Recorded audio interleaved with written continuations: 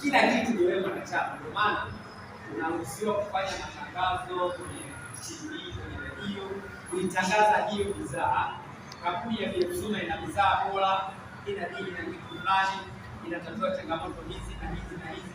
Lengo kubwa, anapotokea mtu ana changamoto sasa, wewe ndio unaenda kumhudumia katika maofisi ya BF Suma, unampatia huduma, anaenda kutatua changamoto zake za kiafya, unaweka asilimia zako pale, lakini pia mwisho wa mwezi unapata bonus.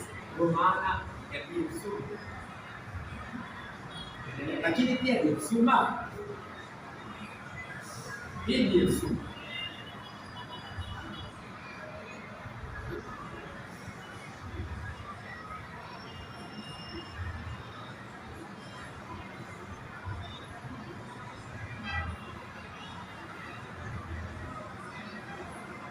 tumejifunza maana halisi ya BF Suma.